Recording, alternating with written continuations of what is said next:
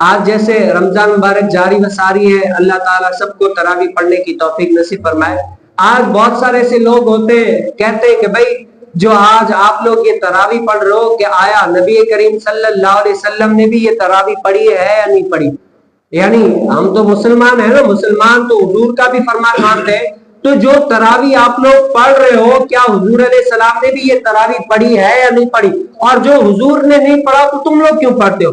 تو ہم اس کے بارے میں کیا حکم دیتے ہیں کہ اللہ تعالیٰ کے فضل و کرم سے نبی کریم صلی اللہ علیہ وسلم نے بھی نماز تراویح پڑھی ہے۔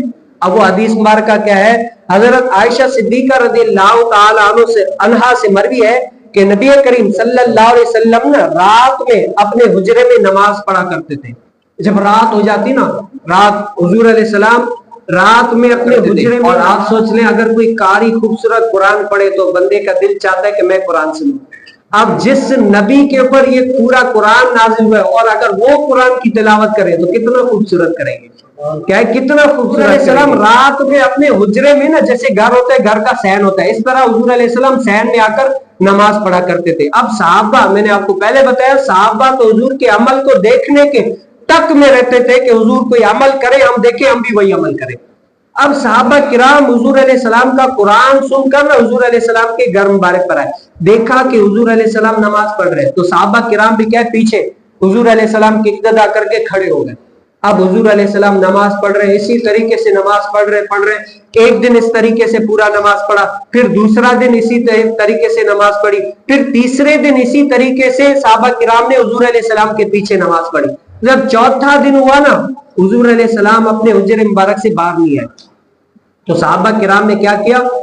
اب محدثین فرماتے کہ صحابہ کرام نے یعنی بلند آواز سے کھانسنا شروع کیا اس طریقے سے کرتے ہیں نا، بلند آواز سے کھانسنا شروع کر دیا، بلند آواز کی، تاکہ ہم نماز کے لیے حاضر ہیں، آپ باہر تشریف لے کر آئے تاکہ ہم نماز پڑھ سکیں۔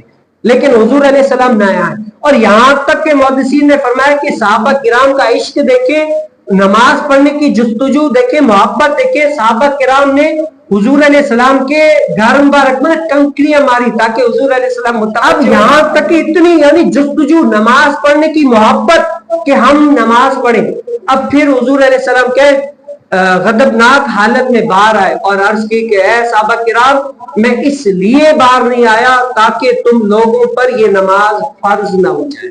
کیا ہو جائے؟ فرض نہ ہو جائے۔ اگر میں نے اس پر ہمیشگی اختیار کی تو تم لوگوں کے اوپر نماز یہ فرض ہو جائے گی اور تم یہ نہیں کر سکتے، مجھے پتا ہے۔ کیوں؟ نبی کریم صلی اللہ علیہ وسلم، ہمارا عقیدہ ہے کہ اللہ تعالیٰ نے اپنے نبی کریم صلی اللہ علیہ وسلم کو علم غیب دیا ہے جو کہ اللہ کی عطا سے ہے، اور حضور علیہ السلام گویا کہ اس ظاہری حال کو جانتے تھے۔ آج جو ہمارے تراویح کا حال ہے نا، حضور علیہ السلام ظاہری حال میں دیکھ رہے تھے کہ اگر کوئی ایسے زمانہ آئے گا لوگ سارے تراویح نہیں پڑھ سکیں گے، حضور علیہ السلام دیکھ رہے تھے۔ اسی لیے فرمایا کہ اے صحابہ کرام، میں اسی لیے اس نماز پر ہمیشگی اختیار نہیں کر رہا تاکہ تم لوگ مشقت میں نہ پڑ جاؤ۔ اب محدثین فرماتے ہیں کہ یہ نماز دو آراء ہے محدثین کی۔ محدثین فرماتے ہیں یا تو یہ نماز تہجد ہے، کیا ہے؟ تہجد ہے، اور یہاں تو محدثین زیادہ زور اسی پر دیتے ہیں کہ محدثین فرماتے ہیں یہ نماز کیا ہے؟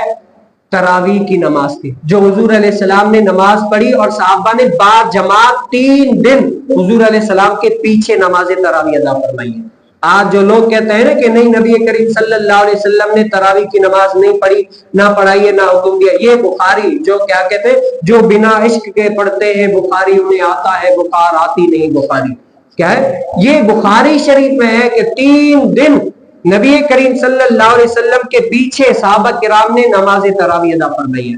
اب اس حدیث مبارکہ میں ظاہری اعتبار سے نہیں ہے کہ کتنی رکعت پڑھائی ہے۔ اب اس کے بعد حضرت عمر فاروق، عثمان غنی، مولا علی رضی اللہ تعالیٰ عنہ، اس کے بعد تسلسل سے آج تک یہ دور چلا آ رہا ہے کہ 20 رکعت تراویح کی نماز صحابہ کرام رضی اللہ تعالیٰ اجمعین سے لے کر آج تک تمام اسلاف صالحین نے پڑھی ہے، اور یہ آج تک چلی آ رہی ہے۔